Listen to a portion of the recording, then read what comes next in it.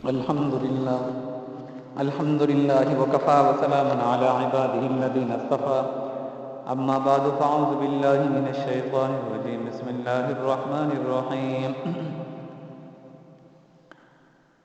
لقد نصركم الله في مواطن كثيرة ويوم حنين إذ أعجبتكم كثرتكم فلم تغن عنكم شيئا وضاقت عليكم الأرض بما رحبت ثم وليتم مدبرين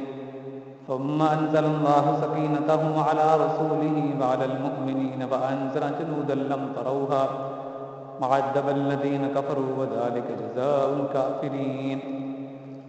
صدق الله العظيم. میرے واجب الاحترام آن لائن آف لائن عزیز ساتھی اور دوستو، پہلے تو صرف آف لائن ہوتے تھے اور چونکہ آن لائن بھی ہوتے ہیں تو اس لیے دونوں کو مخاطب ہونا ضروری سمجھتا ہوں.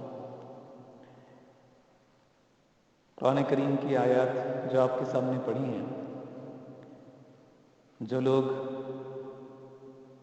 ان آیات کو اور واقعات کو پہلے سے کچھ سن رکھے ہیں یا پڑھ رکھے ہیں، وہ تو آیات کے پڑھتے ہی سنتے ہی سمجھ گئے ہوں گے کہ آج کا ہمارا عنوان کیا ہوگا. دیکھیے، مہینوں کی نسبت سے ہمارے واقعات اور احوال چل رہے تھے اور ماہ شوال کا اختتام ہے، اور ہماری کوشش بھی یہی ہے کہ اسی مہینہ میں جو واقعات پیش آئے ہیں ان واقعات کا تذکرہ کر دیا جائے اور تفصیل کے ساتھ کر دیا جائے. کل اور پرسوں تو ہماری نشستیں نہیں لگ سکی، کچھ طبیعت میں ذوق تھا اور فرصت نہیں ہو رہی تھی. کل بھی کوشش کی ہے. بہرحال اللہ تبارک و تعالی کا آج فضل و کرم ہوا، طبیعت بھی کافی حد تک درست ہے. دیکھیے، ماہ رمضان میں فتح مکہ کا پس منظر ہم تفصیل کے ساتھ دیکھ چکے ہیں، اور پھر اسی کے ضمن میں اختتام میں غزوہ حنین سے متعلق بھی کچھ واقعات تھی، لیکن ساتھیوں کی ابرائی یہ تھی کہ اس کو تفصیل کے ساتھ بیان کر دیا جائے. دیکھیے، غزوہ حنین فتح مکہ سے متصلاً بعد پیش آیا ہے. نبی اکرم صلی اللہ علیہ وسلم فتح مکہ کے لیے ماہ رمضان میں مدینہ سے روانہ ہوئے. اس کے پیچھے پس منظر کیا تھا وہ آپ حضرات کے علم کے اندر ہوگا. اب اس کو دہرانے کی ضرورت نہیں ہے کیونکہ وقت پھر زیادہ صرف ہو جائے گا. غزوہ حنین کو بھی اختتام کی طرف لے کے جانا ہے اور وقت بھی ذرا مختصر ہے، تو اس لیے کوشش کریں گے کہ سارا پس منظر اس وقت کے اندر ہم سمیٹ لیں. تو مدینہ سے آپ تشریف لے کر کے آئے. مکہ پر آپ نے چڑھائی کی. بالآخر مکہ فتح ہو گیا. مکہ میں جب آپ داخل ہوئے تھے، سب سے پہلے ام ہانی کے گھر میں تشریف لے گئے تھے، اور پھر وہاں آپ نے غسل بھی فرمائے اور نماز بھی پڑھی. وہاں سے پھر آپ خانہ کعبہ میں تشریف لے آئے. حضرت عثمان بن طلحہ سے آپ نے چابی لی، اندر تشریف لے گئے. خانہ کعبہ میں جتنے بت تھے تمام کو توڑ دیا گیا. باہر جو صحن کے اندر بت نصب تھے ان سب کو توڑ دیا گیا تھا. پھر رسول اکرم صلی اللہ علیہ وسلم وہاں سے صفا اور مروہ کی طرف بڑھے تھے اور وہیں کے آپ نے سعی کی، اور سامنے جو قریب پہاڑ تھا اس کے اوپر آپ تشریف فرما ہوئے. بالکل خانہ کعبہ سامنے نظر آتا تھا. تو مکہ والے مرد و زن سب جمع ہو گئے تھے اور اس انتظار کے اندر تھے کہ اب ہمارے بارے میں آپ کا کیا حکم وارد ہوتا ہے، کیا ہمیں سزا دی جائے گی یا ہم کو معاف کر دیا جائے گا. علاقہ نبی اکرم صلی اللہ علیہ وسلم نے سب کو معاف فرما دیا تھا سوائے چند لوگوں کے، اور ان میں سے بعض وہ تھے کہ جنہوں نے کچھ چالاکی سے کام لیا، سمجھداری سے کام لیا، تو وہ بھی بچ گئے تھے. لیکن بعض ایسے تھے کہ ان کو قتل کر دیا گیا، چونکہ ان کا جرم بھی ایسا تھا کہ وہ قتل ہونے کے لائق تھے. بہرحال مکہ فتح ہو گیا. ابھی آپ صلی اللہ علیہ وسلم وہی مکے ہی کے اندر تھے. مدینہ کی طرف آپ نے رخ کیا ہی نہیں تھا کہ آپ کو فوراً اطلاع ملنے لگی کہ حنین کے جو لوگ ہیں، یہ اصل میں حنین جو ہے یہ وادی کا نام ہے. تو طائف کے رہنے والے تھے یہ، اور 2 قبیلے تھے، ثقیف اور حوازن۔ اور آپ یوں دیکھیں کہ یہ تیر چلانے کے اندر بڑے ماہر تھے، بڑا ان کو ملکہ حاصل تھا ان کو تیر چلانے میں۔ اور ان کا جو نشانہ تھا، نشانہ ان کا بڑا پکا نشانہ ہوتا تھا، مضبوط نشانہ ہوتا تھا، نشانے کے اوپر تیر مارتے تھے یہ، اور تیر چلانے کے اندر بڑے ماہر تھے یہ، بڑے ماہر تھے یہ۔ اور اس کے اوپر ان کو اسی کا غرور تھا کہ ہم تیر چلانے میں بڑے ماہر ہیں، تلوار چلانے میں بڑے ماہر ہیں۔ تو مکہ والے تھے کہ جنہوں نے گردنیں جھکا دی ہیں، ہمارے ساتھ محمد صلی اللہ علیہ وسلم لڑیں گے تو پتہ چل جائے گا۔ بہرحال نبی اکرم صلی اللہ علیہ وسلم کو اطلاع ملی کہ حوازن اور ثقیف کے لوگ مالک بن عوف کی قیادت میں، ان کا اصل میں سردار اور تھا، لیکن وہ اس وقت ملک شام میں تجارت کی غرض سے گیا ہوا تھا، تو مالک بن عوف جو پیچھے ہے اس کی قیادت کے اندر وہ لوگ مکہ پر چڑھائی کرنے والے ہیں اور مسلمانوں سے یہاں نمٹنے والے ہیں۔ نبی اکرم صلی اللہ علیہ وسلم نے 2 صحابہ کرام کو ان حالات کی تحقیق کے لیے آپ نے بھیجا، چنانچہ وہ وہاں پر گئے، تو وہاں سے جب وہ واپس لوٹے تو نبی اکرم صلی اللہ علیہ وسلم کا آ کر اطلاع دی کہ یہ جو باتیں سنی جا رہی ہیں، جن کی تحقیق کے لیے آپ نے ان کو بھیجا تھا، وہ باتیں بالکل درست ہیں، اور واقعی ہی وہ لوگ مکہ کے اوپر چڑھائی کرنے کے لیے تیاریاں کر رہی ہیں، اور ان کا جو سربراہ ہے وہ مالک بن عوف ہے۔ یہ عبداللہ بن ابی حضرت رضی اللہ عنہ تھے کہ جو ان واقعات کی تحقیق کے لیے گئے تھے، اور ساری بات انہوں نے آ کر نبی اکرم صلی اللہ علیہ وسلم کو بتلائی کہ واقعی مالک بن عوف کی قیادت میں وہ لوگ آنے والے ہیں۔ رسول کریم صلی اللہ علیہ وسلم نے 10,000 صحابہ کرام کا وہ لشکر جن کو مدینہ سے لے کر کے آئے تھے، اور انہی کی قیادت کرتے ہوئے آپ نے مکہ کو فتح فرمایا تھا، تو ان کو بھی آپ نے ساتھ لیا، اور ابھی جو نو مسلم تھے ان کو بھی آپ نے ساتھ لیا، تھوڑے بہت اس کے اندر غیر مسلم بھی تھے۔ بہرحال اس طرح سب کے سب 12,000 ان کی تعداد بنتی تھی کم و بیش۔ آپ صلی اللہ علیہ وسلم ان کو لے کر طائف کی طرف بڑھ رہے تھے، قبیلہ حوازن اور قبیلہ ثقیف کی طرف۔ لیکن ذرا ان کی حالت دیکھیے، حوازن اور جو ثقیف کے لوگ تھے ان کی کیا حالت تھی کہ مالک بن عوف نصری یہ ان کی قیادت کر رہا تھا، اور 20,000 کی اس نے فوج تیار کی، اور اسی طرح درید بن سمع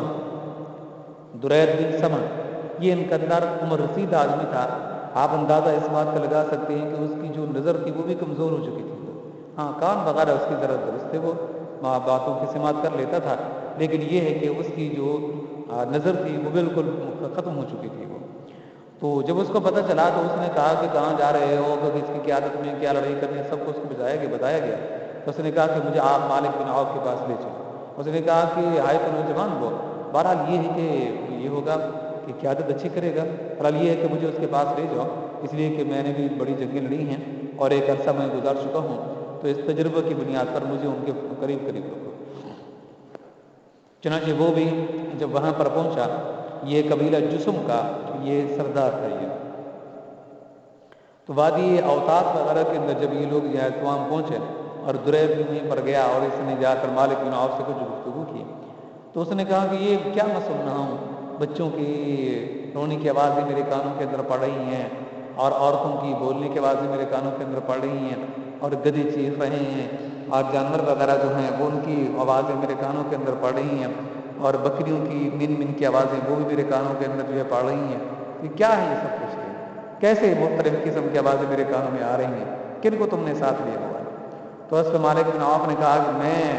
بیوی بچوں کو، مال اولاد سب کو اپنے ساتھ لے کر کے آئے ہوں، اور اس وجہ سے لے کر کے آئے ہوں کہ یہ سب کچھ مال و متاع تمہارے سامنے ہونا چاہیے، اور تم نے مسلمانوں کا ڈٹ کر مقابلہ کرنا چاہیے۔ اگر تم شکست کھا گئے تو پھر نہ تم بچو گے، نہ تمہاری اولاد بچے گی، نہ تمہارا مال و متاع بچے گا، کچھ بھی نہیں بچے گا۔ تو یہ گویا کہ ان کو غیرت دلانے کے لیے اور فیصلہ کن جنگ لڑنے کے لیے یہ سب کچھ اپنے ساتھ لے کر کے آئے تھے۔ لیکن ان کا جو وہ سردار تھا درید بن سمع، اس نے کہا کہ دیکھو یہ بیوقوفی نہ کرو تم۔ مالک بن عوف سے کہا اگر ہم جنگ ہار جاتے ہیں تو یہ تو سب کچھ مسلمانوں کے ہاتھ میں آ جائے گا، یعنی گویا کہ اپنی یہ ساری چیزیں خود ان کے پاس لے کر کے جا رہی ہیں، اور ان کو خود ان کے سپورٹ کرنے والے ہیں، یہ ایسا نہ کرو، یہ مال و اسباب سب کا چیز اس کو جو ہے پیچھے بھیج دو، اور ویسے بھی میدان جنگ کے اندر ان کا خیال رکھنا ظاہر ہے کہ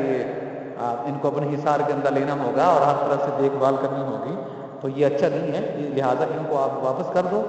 اور وہاں میدان کے اندر اکیلے ہم لڑیں، اگر ہمیں فتح ہو گئی تو ٹھیک ہے، ابھی اگر ہمیں شکست ہوتی ہے اس صورت کے اندر پھر یہ ہوگا کہ ہمارا مال و متاع وہ تو پیچھے ہوگا، وہ قلعوں کے اندر محفوظ ہوگا وہ. تو لیکن اس نے مالک معاف نہیں مانا. اس نے کہا نہیں بس جو میں فیصلہ کر چکا ہوں بس میری بات پر یقین کرو اور اعتماد کرو اور اسی پر تم عمل کرو. تو اس نے کوئی بات نہیں کی. بہرحال یہ ہوا کہ 8 شوال کو سن 8 ہجری کو نبی اکرم صلی اللہ علیہ وسلم 12,000 کا لشکر لے کر آپ صلی اللہ علیہ وسلم مکہ سے روانہ ہوئے. تو راستے کے اندر جب پہنچے تو اس وقت کچھ لوگوں کی زبان سے الفاظ یہ نکل گئے لن تغلب اليوم بالقلت، کہ آج کے دن ہم ہرگز قلت کی وجہ سے، اپنی افراد کی کمی کی وجہ سے ہم مغلوب نہیں ہوں گے. مطلب یہ ہے کہ ہم غالب ہی رہیں گے. آج ہماری قلت اتنی ہے، آج ہماری کثرت اتنی ہے، آج قلت ہماری نہیں ہے افراد کی، اتنی کثرت ہے، اتنی تعداد کے اندر ہم لوگ موجود ہیں کہ ہاں آج کے دن ہمیں کوئی شکست نہیں دے سکتا. اور اب دیکھیے کہ جب مکہ فتح ہوا تو اس وقت 10,000 صحابہ کرام تھے. جب یہ بدر کے لیے نکلے تھے تو اس وقت تو ان کی کل تعداد کتنی تھی؟ 313 تھی ان کی. جب یہ حنین کے لیے احد کے لیے نکلے تھے تو اس وقت تو ان کی تعداد 1000 میں سے بقیہ 700 بچی تھی. تو تمام میدان یہ لوگ مار چکے تھے. اس لیے انہوں نے کہا کہ آج جو ہماری تعداد ہے اتنی تعداد اس سے پہلے کبھی نہیں ہوئی. اگر ہم پہلے ہم شکست نہیں کھائے تو آج تو ہم یقیناً شکست نہیں کھائیں گے قلت کی وجہ سے. لیکن اللہ تبارک و تعالیٰ کو یہ الفاظ پسند نہ آئے. اللہ تبارک و تعالیٰ نسلوں کو، قوموں کو افراد کی قلت کی وجہ سے ان کو فتح نہیں دیتا، بلکہ ان کو فتح خاص اپنی نصرت اور اللہ تبارک و تعالیٰ خاص اپنے مدد سے ان کو فتح اور کامیابی دیتا ہے. تو اللہ کے الفاظ پسند نہ آئے، اسی وجہ سے اللہ تبارک و تعالیٰ نے پھر جب یہ تذکرہ فرمایا ہے،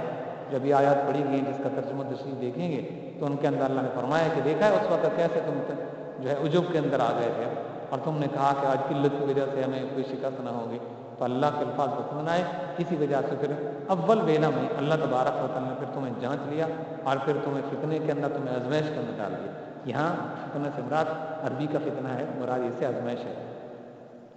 ہماری پنجابی کا فتنہ کا معنی اور ہوتا ہے، مفہوم اور ہوتا ہے. تو اس لحاظ سے بہرحال یہ جب یہ لوگ یہ مکہ سے روانہ ہوئے اور حنین قریب پہنچے، یہ حوازن کے لوگ اور ثقیف کے لوگ وہاں چھپے بیٹھے تھے. اب مسلمانوں کو پتہ ہی نہیں تھا ان کو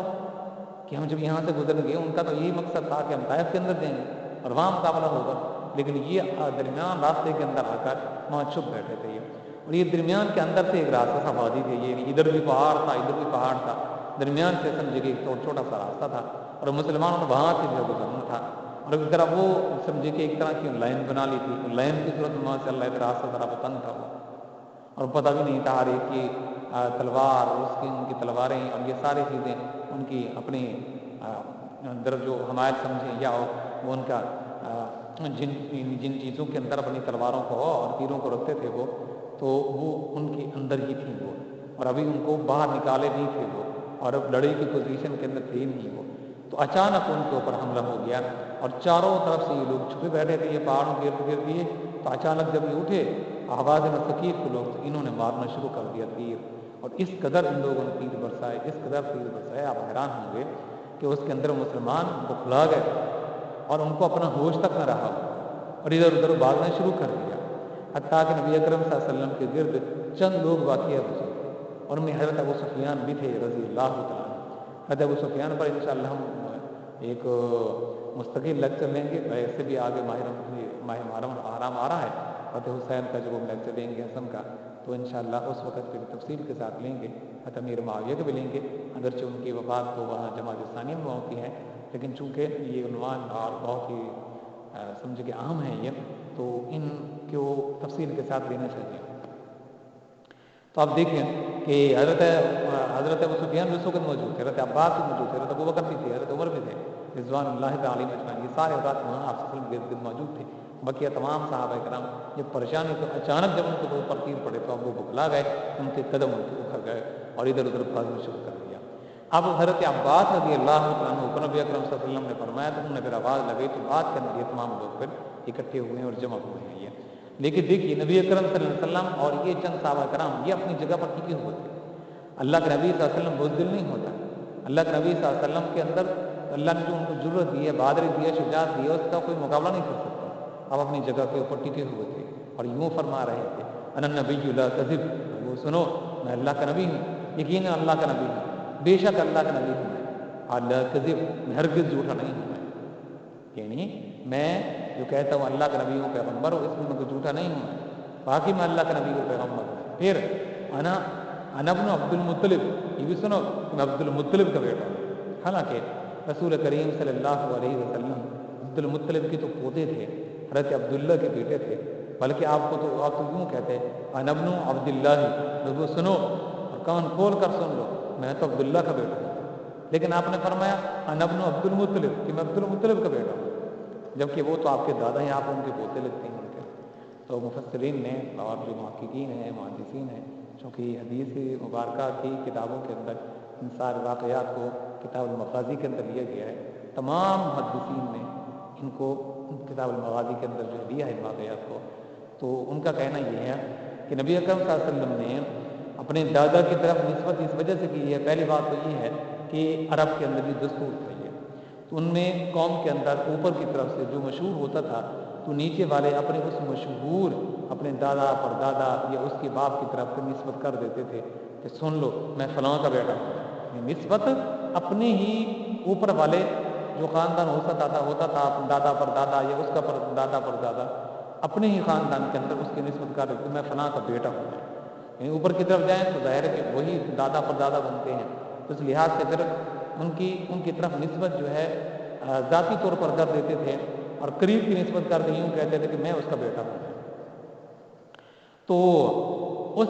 جو ہے سمجھے کہ اصول کے مطابق یا روایت کے مطابق نبی اکرم صلی اللہ علیہ وسلم نے اپنی جو ہے نسبت اپنے دادا کی طرف کر کے یوں کہہ دیا کہ میں اس کا بیٹا ہوں۔ پھر یا پھر یوں بھی ہے، دوسرا اس کا جو ہے توجیہ یہ بیان کی جاتی ہے کہ نبی اکرم صلی اللہ علیہ وسلم نے حضرت عبداللہ کی طرف نسبت اس وجہ سے نہیں کی، ان کی جو عمر تھی وہ بہت تھوڑی تھی، دیکھیے وہ تو 25 سال کی عمر کے اندر دنیا سے رخصت ہو گئے وہ، اور وہ وہاں پر گئے تھے فلسطین میں، ملک شام کی طرف فلسطین میں گئے تھے ہجرت وغیرہ کی غرض سے، اور وہیں ان کا انتقال ہوا، بیمار ہو وہیں ان کا انتقال ہو گیا تھا ان کا، تو 25 سال ان کی عمر کے، ابھی ینگ تھے نوجوان تھے وہ، تو اس لحاظ سے ان کو کوئی خاص نہیں جانتا تھا۔ ہاں اگر کہ آگے زیادہ لمبی عمر پاتے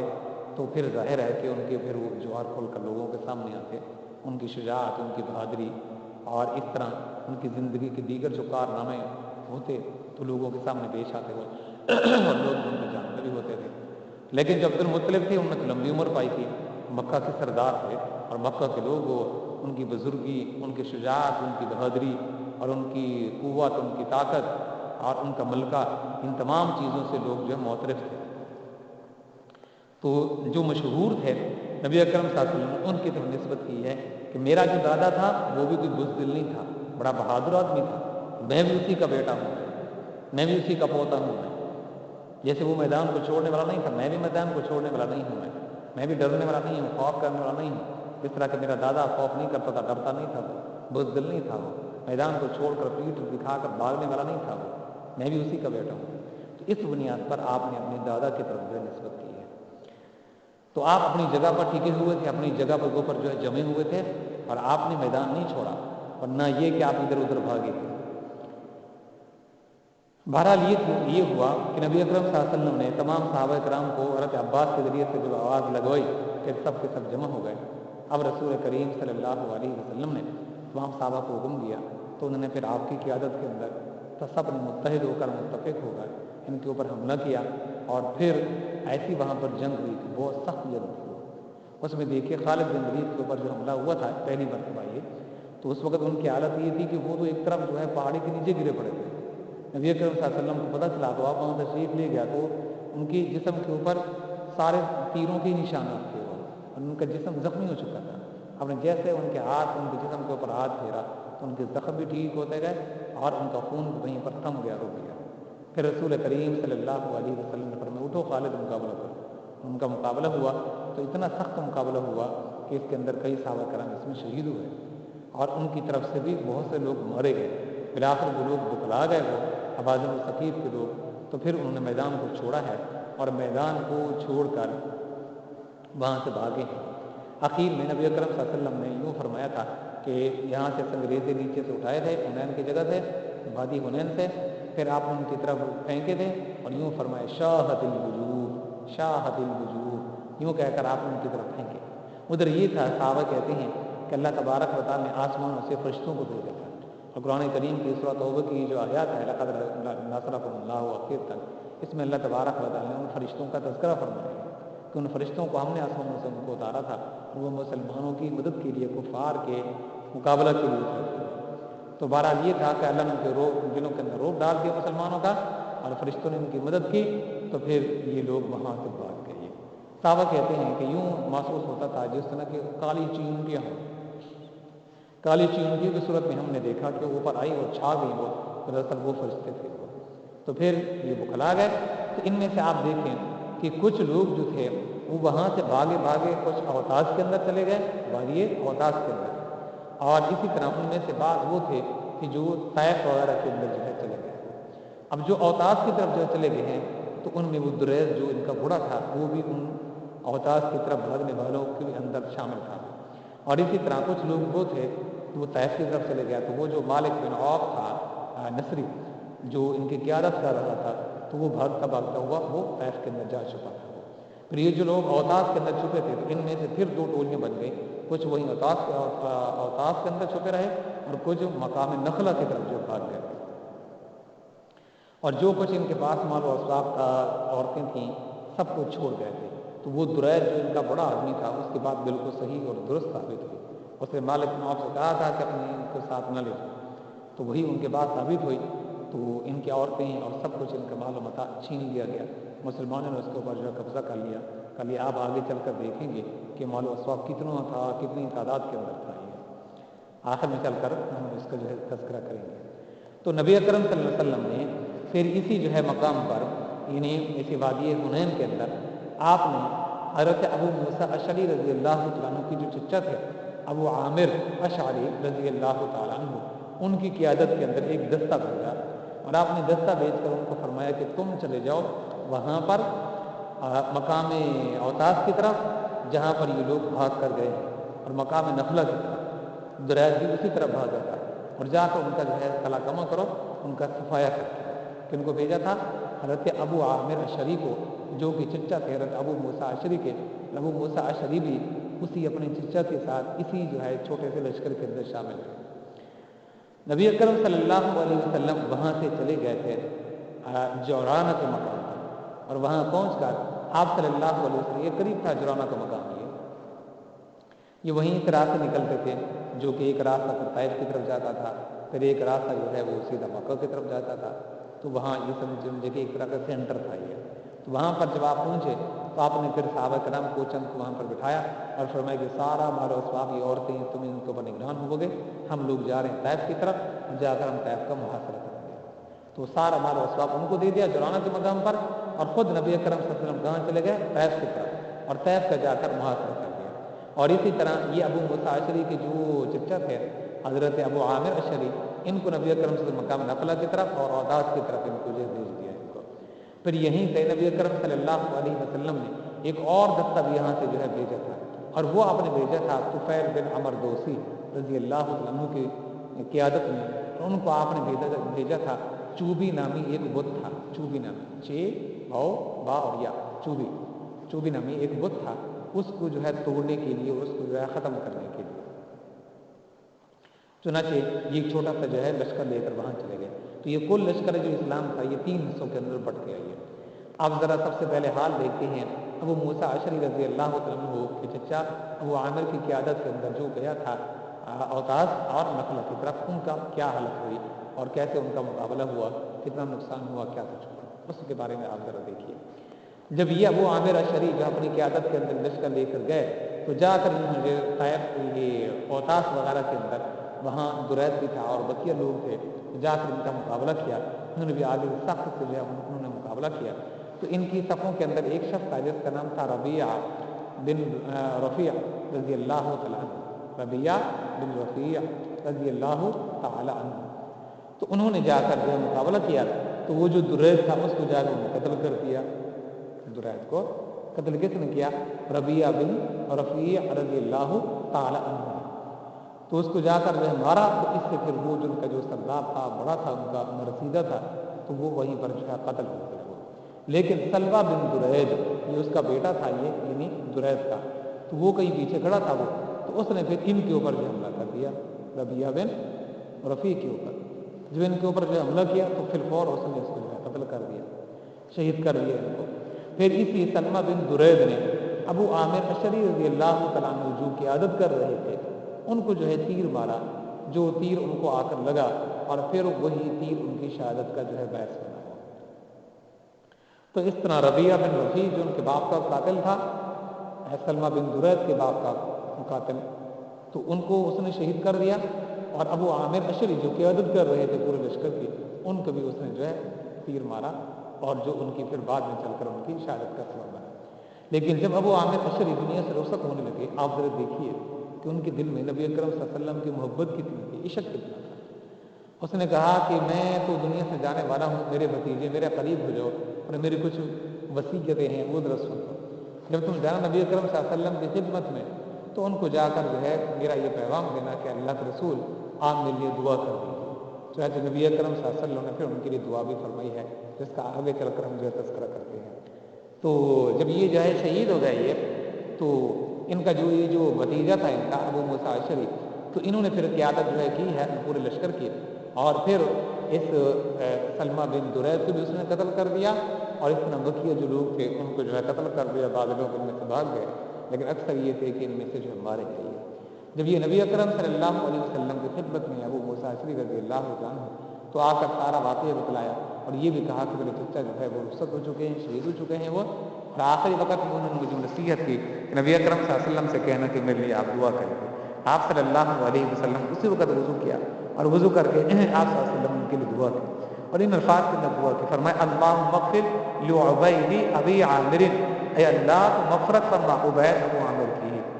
عبید ابو عامر کی، اے اللہ تو ان کی جو ہے ان کی تو مغفرت فرما، ان کی تو بخشش فرما. پھر نبی اکرم صلی اللہ علیہ وسلم نے دوسری روایت کے اندر یوں آتا ہے کہ آپ نے یوں بھی دعا فرمائی، یعنی آپ نے دو دعائیں فرمائی ہوں گی. اللہم اجعل یوم القیامت فوق کثیر من خلقک من الناس، اے اللہ تو قیامت کے دن اس کو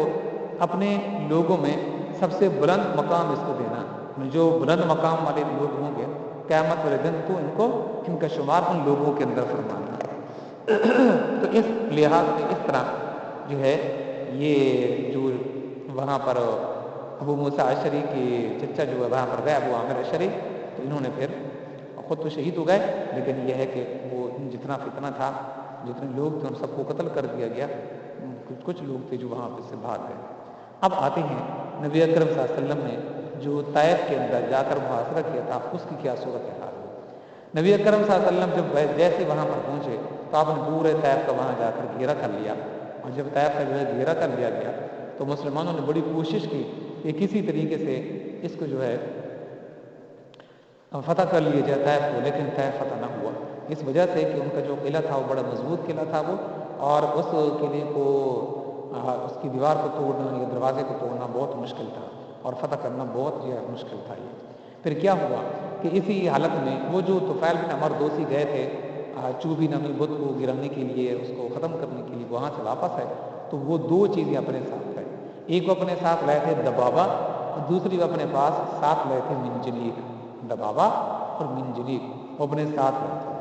منجنیق تو آپ سمجھتے ہوں گے کہ وہ کہ جس کے اندر پتھر رکھ کر اس کو جو ہے گھمایا جاتا تھا، اور پھر پتھر کو زور سے جو ہے مارا جاتا تھا، کسی آدمی کو جا کر لگتا تو فوراً ڈھیر ہو جاتا تھا. یا اسی طرح جو کسی دیوار کو مارتے تھے وہ خصوصاً قلعہ وغیرہ کو توڑنے کے لیے، تو وہ کام آتی تھی، اور قلعہ کی دیواریں جو سخت سے سخت ہوتی تھی، مضبوط ہوتی تھی، تو اس سے وہ ٹوٹ جایا کرتی تھی. لیکن یہ جو دبابہ تھا یہ ایک نئی چیز تھی. دبابہ سمجھے کہ ایک طرح کا یہ ڈبہ بنا ہوتا تھا لکڑی کا، بہت بڑا ہوتا تھا یہ، جس طرح کہ آپ نے کبھی دیکھا ہوگا کہ وہ جس کے اندر شیر وغیرہ کو بٹھائے ہوتے ہیں، بڑے بڑے لکڑی کے بنے ہوتے ہیں. تو میوزیم وغیرہ کے اندر اگر آپ نے کبھی دیکھا ہوگا تو اس طرح لکڑی کے بنے ہوتے تھے بڑے بڑے. یا کبھی ہمارے دیہاتوں کے اندر ہوتے تھے نا وہ کھوکھا کہتے تھے، جس کے اندر وہ لکڑی کے بنا ہوتا تھا، دکان نما ہوتی تھی، دن کو کھولتے اور شام کو اس کو بند کر دیتے تھے. یہ شہر کے اندر آپ نے دیکھا ہوگا لوہے کے بنے ہوتے ہیں کھوکھے. تو اس طرح کے وہ دبابے بنے ہوتے تھے، بڑے بڑے لوہے کے بنے، یہ لکڑی کے بنے ہوتے تھے یہ. تو اندر ان کے جو ہے پانی وغیرہ کا انتظام بھی ہوتا تھا. تو تو اس طرح نہ ان کو جو ہے خاص قسم کی ان کو جو ہے آگ لگتی تھی، اور نہ یہ کہ وہ ٹوٹتے تھے وہ پتھروں وغیرہ سے، اور نہ ہی تیر وغیرہ اس پر جو اثر کرتا تھا۔ تو اس طرح دبابے کے اندر وہ بیٹھ کر جو ہے آگے کی طرف منتقل ہو جاتے تھے، اور پھر وہاں پہنچ جاتے تھے قلعہ کی فصیل کے قریب، اور وہاں بیٹھ کر پھر اس دیوار کو توڑنا جو شروع کر دیتے تھے۔ تو اوپر سے اگر کوئی چیز آ کر لگتی تھی تو اس سے جو اندر بیٹھے ہوئے لوگوں کو نقصان نہیں پہنچتا تھا۔ تو جب اس دبابہ کو آگے بڑھایا گیا اور قلعے کے قریب اس کو جو ہے کیا گیا، تو اوپر سے پھر ان طائف کے لوگوں نے مالک بن عوف جو ان کی قیادت کر رہا تھا اندر بیٹھ کر، انہوں نے اوپر سے لوہے کی جو ہے سلاخیں ماری ان کو، جو گرم سلاخیں ان کو ماری، جس سے یہ ہوا کہ مسلمانوں کو بالآخر پھر وہاں سے جو واپس ان کو لوٹنا پڑا اور وہاں سے ان کو جو ہے بھاگنا پڑا۔ بالآخر کئی عرصہ تک مسلمانوں نے وہاں پر جو ہے تقریباً 1 مہینہ تک مسلمانوں نے وہاں جو ہے ان کا محاصرہ جو ہے جاری رکھا، لیکن یہ فتح نہ ہوا۔ 12 آدمی اس کے اندر جو ہے شہید ہو گئے۔ نبی اکرم صلی اللہ علیہ وسلم نے آخری دنوں کے اندر آپ نے خواب دیکھا۔ خواب آپ صلی اللہ علیہ وسلم نے یہ دیکھا کہ ایک پیالہ ہے دودھ کا، میں نے اس کو اپنے ہاتھ کے اندر لیا ہوا ہے، اور ایک مرغ نے آ کر اس کے اندر چونچ ماری ہے، تو وہ پیالہ جو ہے میرے ہاتھوں سے وہ گر گیا۔ نبی اکرم صلی اللہ علیہ وسلم نے اس کی تعبیر یہ دی، آپ نے فرمایا کہ یہ قلعہ جو ہے یہ ہمارے ہاتھوں اب فتح نہیں ہوتا، لیکن ہو سکتا ہے کہ بعد کے اندر یہ فتح ہو جائے گی۔ ابو بکر عمر ان سب کو جو بلایا رضوان اللہ تعالی اجمعین، اور ان سے بھی نبی اکرم صلی اللہ علیہ وسلم نے مشورہ لیا، تو سب نے یہ کہا کہ چلیں یہاں سے جو ہے چلتے ہیں، لیکن یہ ہے کہ بعد کے اندر دیکھیں گے، اگر مقابلہ ہوا تو ان کا جو ہے کریں گے، یا ہو سکتا ہے کہ بعد کے اندر کوئی اسباب ایسے پیدا ہو جائے کہ جس سے یہ فتح ہو جائے، لیکن یہ ہے کہ وقت بھی بہت زیادہ گزر گیا ہے اور اس طرح اس کو فتح کرنا بہت مشکل ہے۔ مالک بن عوف بھی دیواروں کے اوپر چڑھ آتا تھا، وہ بھی کہتا تھا کہ مسلمانوں تم جتنا ہی لمبا محاصرہ کرتے بیٹھے رہو گے، ہمارے پاس کھانے پینے کے لیے سارا سال کے لیے اندر ہمارے پاس وہ چیزیں موجود ہیں کھانے کے لیے، اشیاء وغیرہ، تو لہٰذا نہ تم باہر آتے ہیں تمہارے مقابلے پر، چاہے جتنی تم باہر کھڑے ہو کر ہمیں آوازیں دیتے رہو اور ہمیں غیرت دلاتے رہو، ہم سب سمجھتے ہیں، لیکن یہ ہے کہ قلعہ سے ہم باہر نہیں آتے ہیں، اندر ہی بیٹھ رہیں گے، تم باہر بیٹھے رہو، تمہاری مرضی کی بات ہے، ہم باہر نہیں آئیں گے۔ تو نبی اکرم صلی اللہ علیہ وسلم نے پھر صحابہ کو حکم دے دیا کہ چلیں یہاں سے جو چلتے ہیں، لیکن جب آپ وہاں سے روانہ ہونے لگے ہیں تو آپ دیکھیے آپ صلی اللہ علیہ وسلم نے دعا کیسے کی، اللہ نے دعا کو قبول کیسے فرمایا۔ آپ نے فرمایا اللہم مہدی ثقیفا وأتی بہم، اے اللہ ان ثقیف والوں کو ہدایت دے اور جلد از جلد تو ان کو میرے پاس لے آ۔ نبی اکرم صلی اللہ علیہ وسلم کی اس دعا کو اللہ نے کیسے قبول فرمایا، آپ حیران ہوں گے کہ اس سے اگلے سال یعنی سن 8 ہجری کا واقعہ یہ، سن 9 ہجری کے اندر پھر یہ سارے ثقیف کے لوگ اور اسی طرح حوازن کے لوگ آپ کی خدمت کے اندر حاضر ہوئے مدینہ کے اندر، اور خود چل کر آئے اور آپ کے ہاتھ پر بیعت کیا، کلمہ پڑھا اور مسلمان ہو گئے۔ سبحان اللہ۔ اب آپ دیکھیے نبی اکرم صلی اللہ علیہ وسلم وہاں سے جب واپس لوٹے ہیں، سیدھا جورانہ کے مقام پر پہنچے ہیں، اور جو مال غنیمت وہاں پر حاصل ہوا تھا منین کی وادی سے، تو آپ صلی اللہ علیہ وسلم نے اس کو فی الفور تقسیم نہیں فرمایا، بلکہ 10 دن تک آپ انتظار کرتے ہیں کہ ہو سکتا ہے کہ ثقیف کے لوگ آ جائیں، ہو سکتا ہے کہ حوازن کے لوگ آ جائیں، اپنے بیوی بچوں کے لیے مال و متاع کے لیے۔ 10 دن جب گزر گئے تو اب آپ صلی اللہ علیہ وسلم سارا مال و اسباب جو ہے صحابہ کرام کے درمیان جیسے جیسے بنتا تھا آپ نے ان کو جو ہے تقسیم کر دیا۔ ادھر آپ تقسیم سے فارغ ہوئے تو ادھر حوازن اور ثقیف کے 9 لوگ نبی اکرم صلی اللہ علیہ وسلم کی خدمت کے اندر حاضر ہو گئے۔ یہ نماز ظہر سے پہلے کا وقت ہے اور مسلمان ہوئے اور کہا کہ یا رسول اللہ صلی اللہ علیہ وسلم جو کچھ بھی آپ نے حاصل کیا ہے ہم مطالبہ کرتے ہیں کہ وہ مال ہم کو واپس دے دیا جائے۔ آپ صلی اللہ علیہ وسلم نے ارشاد فرمایا کہ دیکھو میں تو اب صحابہ کرام کے بیچ اس کو جو ہے تقسیم کر چکا ہوں سارے مال اسباب، اب میں تمہارے کیسے جو ہے ثبوت کر سکتا ہوں، اگر تم پہلے آ جاتے میں تو تمہارا منتظر رہا تو پھر میں تم کو واپس کر دیتا، لیکن اب یہ ہے کہ مسلمانوں کا حق ہے، وہ ان کی مرضی ہے تم کو دیں، ان کی مرضی ہے کہ تم کو نہ دیں، لیکن اس میں یہ ہے کہ دیکھو مال اور اسی طرح اولاد اور بیویاں، ان میں سے جس چیز کو تم ایک چیز کو اختیار کر لو تو میں تم کو دے دوں، مطلب یہ ہے یا تو اپنی بیوی بچوں کو چھوڑ دو ہمارے لیے تاکہ وہ ہماری لونڈیاں اور باندیاں بنے،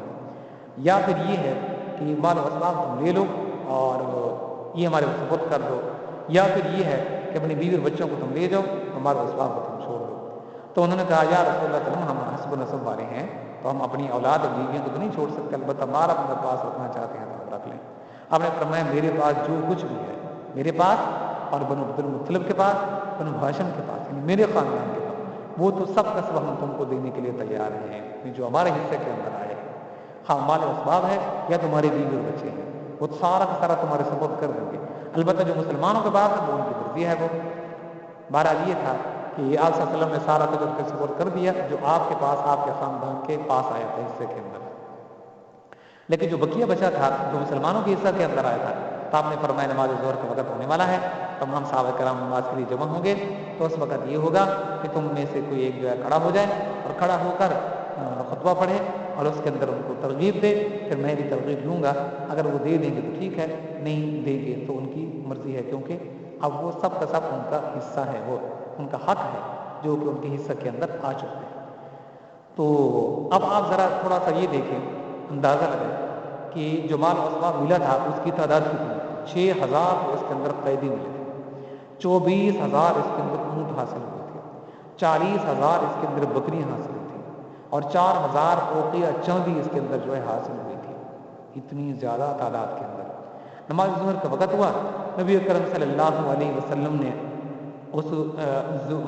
زہیر، اس کا نام تھا زہیر بن زر، یہ بڑا خطیب تھا، سمجھے فصیح و بلیغ تھا، تو یہ کھڑا ہو گیا نماز ظہر کے بعد اور مسلمانوں کو خطبہ دیا، ان کو واسطہ دینے لگا۔ نبی اکرم صلی اللہ علیہ وسلم کے دوپہر سے کہنے لگا کہ تمہارے ماموں اور اس طرح تمہاری بہنیں اور تمہاری جو عزیز ہیں، رشتہ دار ہیں، وہ بھی ان قیدیوں کے اندر شامل ہیں۔ وہ اس طرح نبی اکرم صلی اللہ علیہ وسلم جب حضرت حلیمہ کے پاس چلے گئے تھے، وہ تو حلیمہ طیف کے رہنے والی تھی، اسی قبیلے کے ساتھ تعلق رکھتے تھے، تو وہ اپنا سمجھے کہ تعلق کا اظہار کر رہا تھا کہ تمہارا جو تعلق خاص ہے اس قبیلے کے ساتھ، طیف کے ساتھ ہو، تو اس بنیاد پر جب آپ یہاں دودھ پینے کے لیے ہمارے پاس رہے تھے تو آپ کی عزیزہ ہیں، آپ کے رشتہ دار ہیں، وہ ان قیدیوں کے اندر وہ شامل ہیں، شریک ہیں، وہ لہذا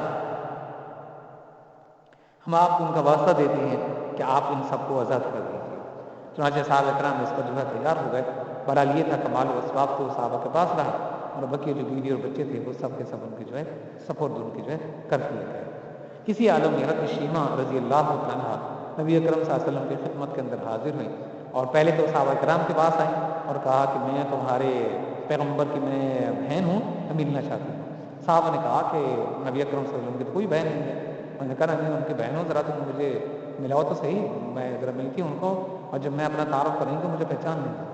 تو آپ صلی اللہ علیہ وسلم کی خدمت میں آئی اور کہا کہ آپ میرے بھائی ہو، میں تمہاری بہن۔ آپ نے فرمایا میری تو کوئی بہن نہیں ہے۔ تو آپ صلی اللہ علیہ وسلم نے کہا کہ نہیں، میں آپ میرے بھائی ہو اور میرا نام شیمہ ہے، اور جب آپ یہاں چھوٹے تھے ہمارے پاس یہاں آئے تھے تو میں آپ کی دیکھ بھال کرتی تھی اور آپ کو باہر بھی لی جاتی تھی، آپ کو